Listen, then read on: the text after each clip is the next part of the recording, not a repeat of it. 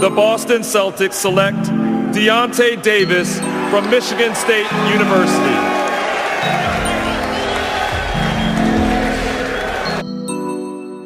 Mellow Beats, what you think?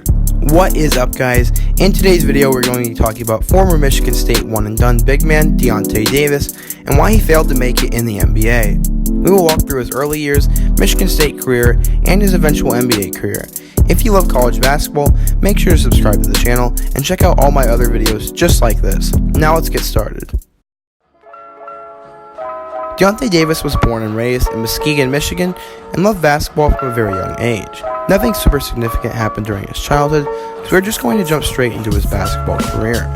Davis was always going to be a big-time basketball player because of his height and athleticism, but no one expected him to be as big as he became. He was just a normal 4-star recruit for most of his basketball career. By the time his senior year rolled around, he was in for a big jump. By January, he was ranked the number 48 player in the country and was committed to Michigan State. He started traveling around the country with his AAU team more and more and was gaining significant attention for it. After a monster AAU weekend in Sacramento, scouts predicted his stock to rise even more, and they were right. He moved up 34 spots in 24/7's rankings and became a 5-star recruit. More offers came in, but Deyonta stayed committed to the Spartans. He would go on to win Michigan's Mr. Basketball Award, while also becoming a McDonald's All-American and the number 18 overall player in the class of 2015. Michigan State was coached by Tom Izzo, and Davis joined a recruiting class that included Matt McQuaid and Kyle Ahrens. Spartans returned Denzel Valentine, Bryn Forbes, Aaron Harris, and Matt Costello. Michigan State began the season hot as they got off to an 8-0 start with wins over Kansas and Louisville. During that stretch, Davis scored in double figures in 4 of those games and was super electrifying to watch on the court.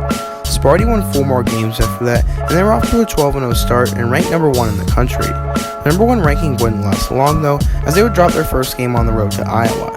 After that, they won 3 straight games and then lost 3 straight. Davis was good, but not really showing it in the box score. He looked more like an NBA prospect than an actual big-time college basketball player. Denzel Valentine took control of the team, and after their 3-game losing streak, they went on to win their next 4 games, including a huge win against Melo Trimble's Terrapins. They had momentum, but it would be halted after an overtime loss at Purdue.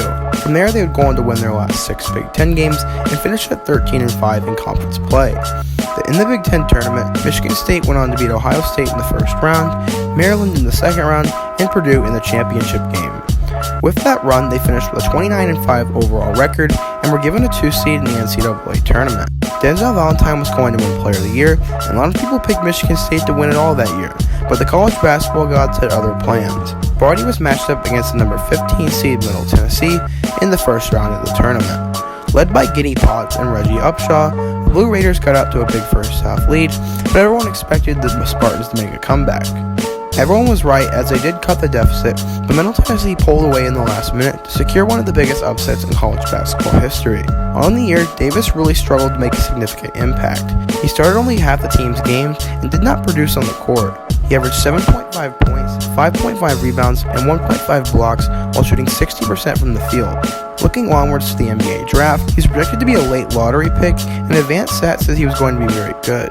Davis had the physical tools and was absolutely gushing with potential, but a lack of production in college led every team to pass on him in the first round. He was drafted with the first pick in the second round by the Boston Celtics, but his rights were later traded to the Memphis Grizzlies. When Davis signed his 3-year, $4 million contract with the Grizzlies, he became the second-round pick with the highest guaranteed salary in NBA history. Deyonta really struggled to make an impact during his rookie year with Memphis though.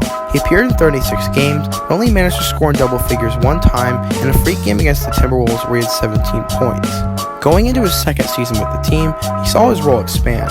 He played more minutes, but his stat line was very similar to that of his rookie season. He scored in double figures a few times, but he never really had one dominant performance in his 62 games.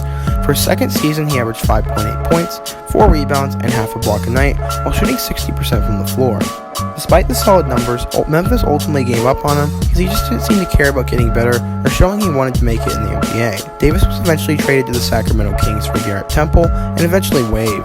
A few weeks later, he was signed by the Golden State Warriors G League affiliate, and he played solid there. In March of 2019, he got one last chance when the Atlanta Hawks signed him to multiple 10-day contracts, and after poor results, he was waived. For some reason, the Rockets claimed him and dropped him a few weeks later, and now he plays for the Santa Cruz Warriors again. Sadly, Deyonta had all the potential in the world, but I just don't think his heart was in the game. He had solid numbers but never really wanted to improve. If he is smart financially, then he's basically a millionaire for being born tall and putting in minimal effort. We will see how it all plays out for him. Overall, I really like Deyonta, but I never knew his issues were based off his motor. I still wish him the best of luck with the rest of his career, and I really do hope he proves us all wrong, and I'll make sure to keep you guys updated with where he goes. I hope you guys enjoyed today's video, and if you did, make sure to hit that like button and check out all my other videos both on the screen and in the description below. Peace.